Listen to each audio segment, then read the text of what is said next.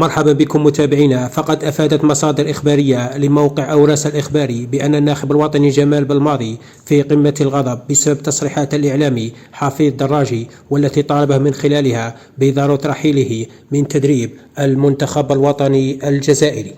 كما أضاف نفس المصدر دائما بأن المدرب جمال بلماضي على اتصال مع مجموعة من الإعلاميين في قطر لمعرفة الأسباب التي دعت حفيظ دراجي لانتقاده ومطالبته بالرحيل.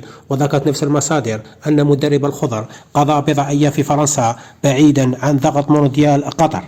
وفي نفس السياق دائما فإن الناخب الوطني جمال بلماضي يعتزم الاستغناء عن 5 لاعبين من المنتخب الوطني الجزائري بعد أدائهم المخيب في ودية السويد، حيث يتعلق الأمر بكل من سلام سليماني وآدم زرقان ويانيس حماش، بجانب كريم عريبي وحسين بن عيادة الذين فشلوا في تقديم مؤشرات مقبولة خلال توقف نوفمبر، إضافة إلى أن بلماضي يسعى إلى تدعيم التشكيلة الوطنية بأسماء جديدة على غرار حسام عوار ولاعبين آخرين.